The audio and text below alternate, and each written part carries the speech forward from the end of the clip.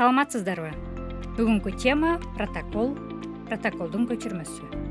Чогулуш, жыйын, курултай жана башкалардын өткөрүлүшүн, анын катышуучуларынын чыгып сүйлөгөн сөздөрүн, чогулуш кабыл алган токтомдорду так, кыска формада баяндаган расмий иш кагазы протокол деп аталат. Ал аркылуу чогулуштун кайсы жерде, качан өткөрүлгөндүгү, кимдер катышкандыгы жана чыгып сүйлөгөндүгү жөнүндө маалыматтар берилет.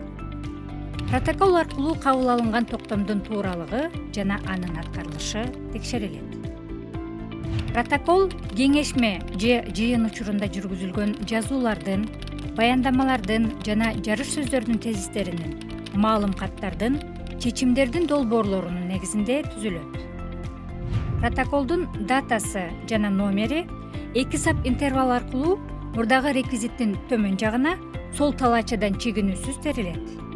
Ал эми датасы сөздүк цифралык ыкмада теризделет. Жыйын же кеңешме өткөрүлгөн жер, эгерде зарылчылык болсо, мурдагы реквизит көрсөтүлгөн сапта көрсөтүлөт жана документтин оң жак чеги боюнча түздөлөт. Протоколдун тексти 2 бөлүктөн, кириш жана негизги бөлүктөрдөн турат.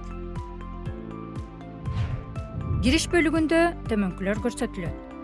Төрага же төрагалык кылуучу, катчы, катышкандардын тизмеси жана күн тартиби. Катышкандар деген сөз сол талаачанын чегинен тартып берилет. Ал эми сөздүн аягына кош чекит коюлат. Андан төмөндө катышкандардын кызматтары, инициалдары жана фамилиялары көрсөтүлөт. Эгерде катышкандардын саны 15 адамдан ашса, катышкандардын тизмеси тиркелет.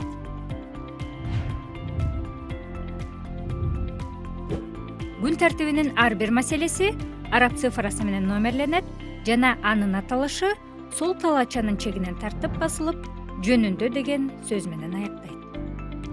Протоколдун негизги бөлүгү коюлган күн тартибине ылайык төмөнкүдөй схема боюнча түзүлөт.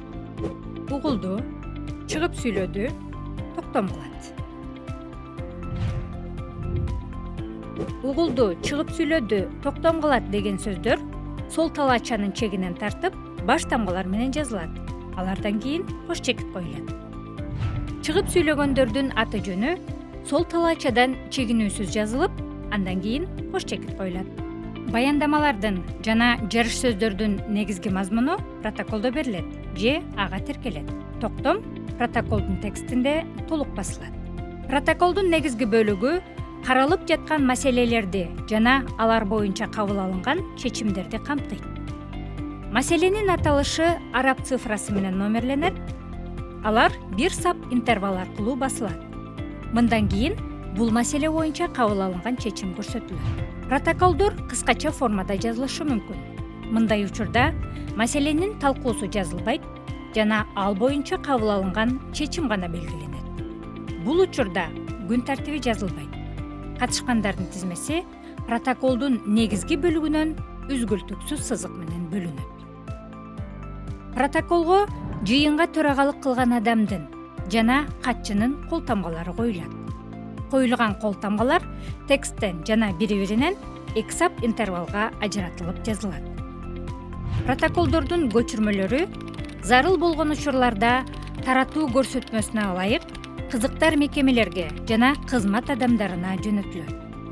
Протоколдордун көчүрмөлөрү иш кагаздарын жүргүзүү кызматынын мөөрү менен күбөлөндүрүлөт. Кабыл алынган чечимдер протоколдун көчүрмөсү түрүндө аткаруучуларга жеткирилет. Алар иш кагаздарын жүргүзүү кызматынын мөөрү менен күбөлөндүрүлөт. Ал эми расмий тексттерде сынатоошторду кандай колдонобуз? B2 деңгээлинин 1 сабагында айтылгандай, иш кагаздарында текст көркөмдөлбөй, расмий иштиктүү стилди сактоо менен жазылат. Демек, сынатооштор жай даражада гана колдонулат. Мисалы, натыйжалуу, олуттуу, узун, кең деген сыяктуу. Айрым учурда сынатооштун күчөтмө даражасы расмий тексттерде эң, абдан деген сыяктуу күчөткүч бөлүкчөлөрдүн жардамы менен колдонулуп, басаңдатма же салыштырма даражалары дээрлик колдонулбайт. көңүл буруңуз. Кыргыз Республикасында иш кагаздарын жүргүзүү боюнча типтүү нускаманын 3-параграфына ылайык мамлекеттик бийлик жана жергиликтүү өз алдынча башкаруу органдары тарабынан түзүлүүчү протокол мамлекеттик тилде таризделет. Кыргыз Республикасынын мыйзамдарында каралган учурларда расмий тилге которулат. Катышуучулардын мамлекеттик тилден башка тилдеги сүйлөгөн сөздөрү мамлекеттик тилге которулууга тийиш. Бүгүнкү сабагыбыз ушуну менен соңуна келди. Кийинки сабактардан амандашканча саламатта болуңуздар.